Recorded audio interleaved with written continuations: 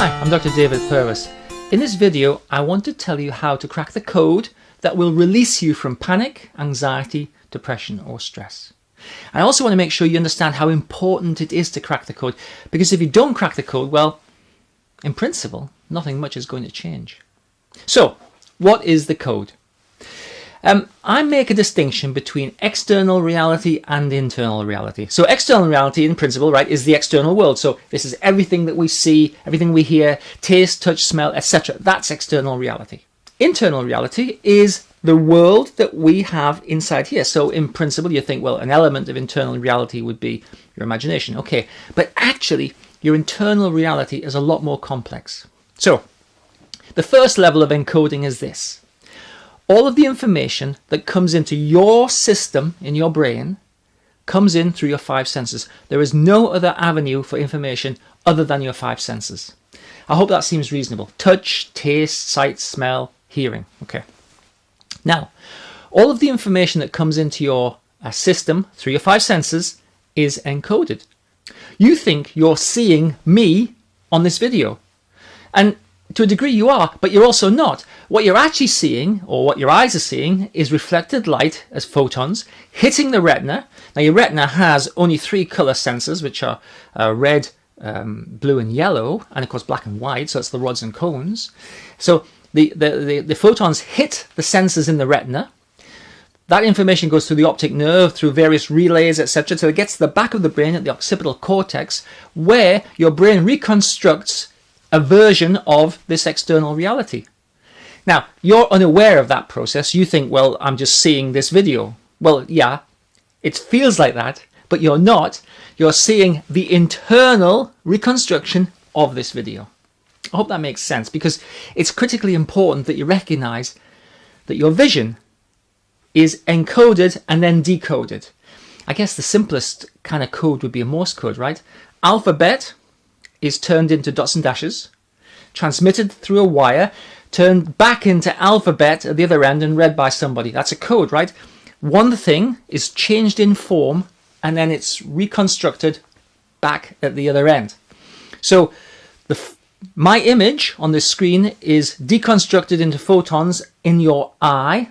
That information is passed through electrical signals in the nerves to the occipital cortex, where it's reconstructed back into your kind of image of the world. You think you can hear me speaking. Well, obviously that's your experience, right? But no, the sound waves are moving through the air and they're hitting your eardrums and they make your eardrum vibrate.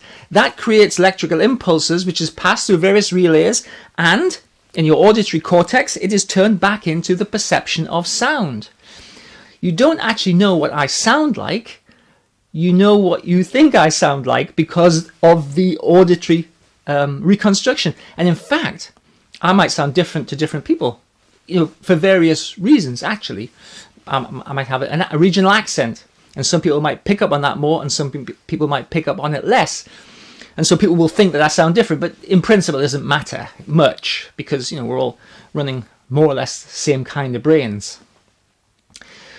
You think that you smell things, and in principle you do, but what you actually smell is small, minute particles of the thing that you're smelling, which then contact the olfactory system, and that then creates the impression of a smell. Now, you can more or less only smell things that you've smelt before, or you have some understanding of what the smell is, because otherwise you don't have a library of smells that enables you to understand the smell. Same for taste. You have a limited number of taste sensors of various kinds of things. The information goes from the taste sensor to blah, blah, blah, and so on and so forth. And with touch, now, if I touch something in external reality, let's say my head, because that's the only thing I've got handy. If I touch my head, I might think, well, I'm touching my head. Well, I am, but the touch neurons in my finger are sending electrical impulses down through my arm, into my spinal cord, back up into my brain, and my brain's going, okay, touch activated, hard touch, soft touch. The material it's touching is warm, so all that information is coming back. Now also, my scalp is recognizing that it's being touched, so it's all being combined. But it's all in code. It is all encoded through your senses. Now, nothing I've said is off the wall or anything other than basic, straightforward science. I urge you to check it out for yourself. What does your brain do with this encoded information? That's the point, right? Well, your brain has to reconstruct it, it has to decode it, and it turns it into a virtual reality simulation of the external world. So because everything that comes into your external world is encoded, you don't actually respond to the encoded information. You respond to what your brain reconstructs, decodes in your internal virtual reality simulation. So this is why I make the distinction between external reality and internal reality. And it's internal reality that you respond to. It's internal reality that is far more important to you than the external world. Now, clearly, there's a good match between the external world and the internal world to some degree. Sufficient of a good match for you to be able to drive and walk without bumping into people and, say, yeah, that's red. Yeah, I agree, that's red. We're more or less in agreement. The problem is that your brain also acts as a huge filtering system. So you're bombarded with information all the time. The external world is incredibly complicated, and it's full of sights and sounds, tastes, smells, and everything, right? Incredibly complicated. Your brain functions like a filter. It filters out 90% of all of the information that contacts you, because otherwise you'd be overwhelmed. You wouldn't be able to cope. Too much information of the same kind of information, it's a sunny day outside. Too much information is unnecessary. I just need to know it's a sunny day outside, and basically that's it, right? So information which is not deemed useful is filtered out. Now, some information gets partially processed, but you're not aware of that unless it becomes important to you. The classic experiment is this, and I'll just share it with you. I remember this from my undergraduate days. If you're in a cocktail party, should you ever go to a cocktail party, if you're in a cocktail party and someone way across the room mentions your name, all of a sudden you orient to that because that's a piece of information that's useful. So your brain is partially processing stuff, but not into awareness. It's just a general hubbub. Something that seems important gets in. So your brain filters out much of the information that comes into your awareness or comes into your system generally. How do you know that that filtering system is working well, and how might you know if it's working poorly? So your internal virtual reality simulation, which we're going to call your internal world, relies upon practice, it relies upon habits of thought, it relies upon all sorts of processes that you're not aware of. And we're going to need to crack the code of those processes. It relies upon all sorts of processes that you're not aware of. Now, your brain is massively focused on saving energy because your brain uses a huge amount of energy, and it's massively complicated. So how does your brain know what to let into your system and what to filter out of your system? Well, it uses previously established aims and goals. So it lets stuff into your system that matches your aims and goals, and it kind of filters out, or it downplays, or it kind of reduces the importance of stuff that comes into your system which does not match your established aims and goals. Now, the problem is this. Your brain wants to save energy. It's big on practice. It's big on habit. It's big on doing things again if they work the first time round. So it's very easy for us to acquire all sorts of habits, tics, twitches, habits of thought, habits of speech. I shave the same way every day. I brush my teeth the same way every day. And it's really hard to actually shave a different way because I just fall in the habit. It's really hard to brush your teeth. Try it. Try brushing your teeth a different way. It's quite tricky, and it's quite tricky to remember. Habits are so important because they save energy. It's like they're programs that just get loaded and run. You know how to walk. You don't even have to think about it. Walking is incredibly complicated. You can do it. You don't bump into people. That's absolutely fine. Because that's what you always do. You use habit and pre-planned programs, behavioral programs, to enable you to get around. So, if you're suffering from panic, anxiety, depression, or stress, you have, in principle, been practicing believing that these problems are legitimate and, in principle, deserved to some extent. I never met a depressed person who didn't believe that they were deserving of depression. I never met an anxious person who didn't think that their anxiety was justified. Never met a worrier who didn't think, well, yeah, but what if it does happen? That'd be awful. It's much better to worry about it.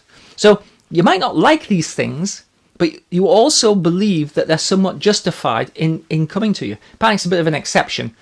But still, if you think the world is a dangerous place, if you feel threatened by the world, if you think that there's a lot of danger out there in the world, that is a pre-established aim and goal.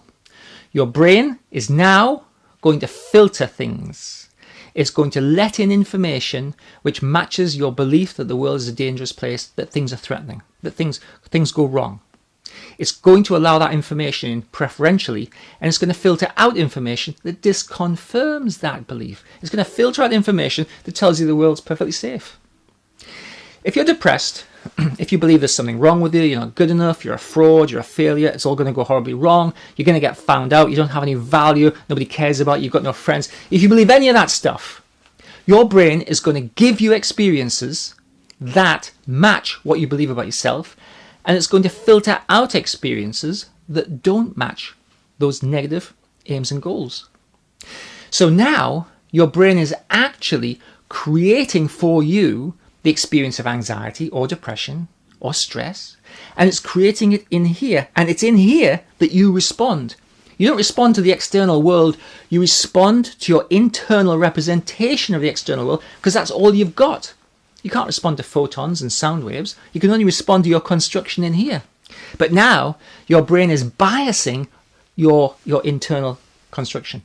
And because you don't realize that there's code running, because you don't understand the processes that create these problems fresh every day, you believe, to some extent, that the depression, anxiety, they're justified. And that tells your brain that this is what you want. If you say, yeah, well, I am a failure, I do feel like a failure, your brain will continue to give you the experience of feeling like a failure. Your brain is not your friend, and your brain in principle doesn't care. It doesn't care. Your brain doesn't care whether you live or die. Now you might say, well, there's a survival instinct. The largest killer of men under 45 in the UK is suicide. There is not a survival instinct. If you want to live, there's a survival instinct. But if you want to die, your brain will, in principle, facilitate your death. And so your brain is simply motivated to give you what it thinks you want. And so if you have been telling your brain through practice and habit and believing what your brain gives you that you're depressed for good reason, your brain will continue to give you the experience of being depressed. If you tell your brain, well, things are really frightening out there, it's very dangerous on the roads, etc., your brain will continue to give the experience of anxiety. So, if you believe, as I have laid out for you, that all of the information that comes into your brain is encoded, and that's straightforward, not at all contentious, that's basic biology 101. If you believe that your brain creates in here a virtual reality simulation of the external world that you can use, this is what you use to understand what's going on, again, biology 101, if you believe those two things, and if you believe that your brain filters out information because there is just such a lot of information, then you are now in a position to recognize that the encoding of information and the decoding of information is not always accurate. Here's an interesting question for you. Have you ever noticed that external reality seems more important for people who are not depressed and anxious than it is for people who are depressed and anxious? Depressed and anxious, and certainly significantly depressed and anxious people, are far more focused on what's going on in here than in what's going on out there. I've worked with hundreds upon hundreds, more or less 800 people, clients in clinical practice. And anyone who is depressed or anxious, they're far more likely to believe their internal representation, which is negative and threatening, than their external experience. So I might say to a depressed person, do you feel a failure? They might say yes. I might say, what is the actual external evidence that you are a failure? And they'll struggle, but basically there isn't any, typically, right? Yeah, but I feel a failure. So there's a disconnect between external reality, which has been encoded and then decoded incorrectly, So that the internal representation is as of being faulty, as of being negative, as of being a failure or something bad's going to happen. But the external representation or the external experience is that they're perfectly fine. They're no different from anyone else. So if you believe all of this, and I would urge you, if you don't believe it, just to check it out. It's Biology 101. You now have a choice. You can recognize that through practice, through habit, and through believing, well, through not understanding that your internal world is actually is a recoded version of external reality, by not understanding that and by believing the negative things you believe about yourself or about the world, you are, in principle, on a path to having the same experience every single day. Your experience is reconstructed every single day. And unless you change the programming, which basically means the processes, the numerous processes that create this internal representation, unless you change the programming, then your tomorrow will be the same as your today. I mean, variations, but in principle, it's not going to change. How can it? Unless you change the programming that lets certain things in and restricts certain other things, you're going to have the continued experience of being panicky, anxious, depressed, or stressed. So now, but you have a choice. You see, once you recognize that your encoding, your recoding in here is faulty, you need to do something about it, or not. So if you decide that everything I've said is true, but you decide not to do anything about it, that's fine. You're taking responsibility for your anxiety and depression. You're saying, well, I have decided now that I accept that I am depressed, anxious. These are options, but I have decided to accept these in my life, and I will continue to live as an anxious or depressed person. Fine. Brilliant. You've taken responsibility for your problem. If, however, you want a different kind of experience, if, however, you want to be, let's say, not anxious or depressed or stressed, well, then you've got to do something about it, because the processes by which you're panicky, anxious, depressed, or stressed are not mysterious. They're simply processes of faulty encoding and decoding that we need to understand. In principle, we need to crack the code so that we understand the processes, we understand why we have this experience every day, and we understand what we need to do to change it. Once you, if you want a different experience, you've got to take responsibility for that as well. You can't say, yeah, I wish I wasn't depressed, and then do nothing about it. I wish I wasn't anxious, but then do nothing. I wish I didn't have panic attacks. I hate panic attacks, but then do nothing, right? You've got to take responsibility for the action. So basically, you've got two choices. You can do nothing, and things will continue more or less as they are, or you can do something about it. Now, if you decide to do nothing about it, that's fine. I hope you found this video interesting. If you decide to do something about it, this is where I come in. I can be your guide. I can show you, I can illustrate all of the processes, and I can demonstrate that they're obviously working in you, right? I can show you all of the processes, or a lot of them anyway, that create your experience of panic, anxiety, depression, stress. I can illustrate them, I can show you them, and I can tell you what you need to do to change them. And then I can tell you how long you need to do it to bed it in and to have a different experience. That's my role. I will be your guide if you want a different experience. Now, your brain is motivated really to give you the experience it gives you through a lot of habit, through a lot of practice, and just basic repetition. But it's more or less repetition, the same kind of thing. When we start to crack the code, when we start to learn about the code and the programs and the processes, well, it only takes, in general, I'm going to say 10 minutes a day or less. So if you were to devote 10 minutes a day or less to cracking the code of panic, anxiety, depression, stress, then I think you could crack it. And probably, let's say within a couple of months, you'd be well on the way to having the code cracked. So my role, if you're interested in changing your life, is to be your guide, and I can show you exactly what to do. That's not a problem. But let me just add this extra thought. If you believe everything that I've said, and if you believe that everything I've said offers you a choice, and if you choose to take the choice, how far could you go, right?